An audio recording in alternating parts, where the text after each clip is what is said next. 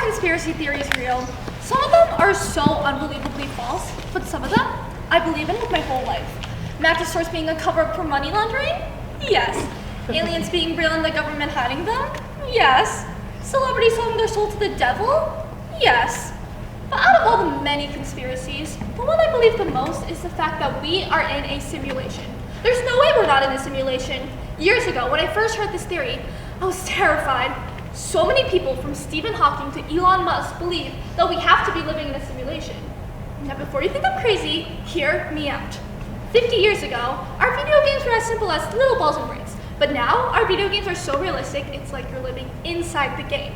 VR is so realistic that some people have broken their equipment because they confuse the game with reality. In 50 years, with that kind of exponential growth, imagine how advanced our technology will be in hundreds or thousands of years from now. VR could even be indistinguishable from real life. Now, the simulation theory has been around for a long time. The first ever person on record to mention it was Plato himself. And there's been pictures of computers and other technology on ancient structures like the pyramids of Giza. Now, as more and more people research the topic, it was concluded that there's 3 possibilities on what could happen regarding the simulation theory. 1, humans never advance to the point of advanced simulations that look realistic. 2, humans do evolve to the point of realistic simulations, but for whatever reason, we decide not to make them. Or 3, and the most probable, we are living in a simulation. 4 decades ago, people only had house phones. Portable phones existed, but it was still more of a science fiction than a reality. But now, you're considered strange if you don't have a cell phone, because everyone has a cell phone.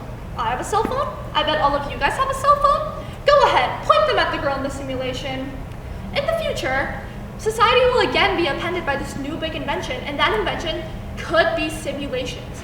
If everyone has the power to start simulations, just like everyone has the power to have a cell phone, imagine how many simulations would be going on at once.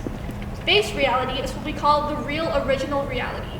If there's only one base reality and close to an infinite number of simulated realities, what are the chances that we're in base reality? The answer is close to 0. We have to be living in a simulation.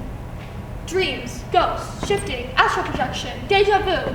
These are all things that happen in life that we have no explanation for. You know, all simulations have glitches, especially one this big and realistic.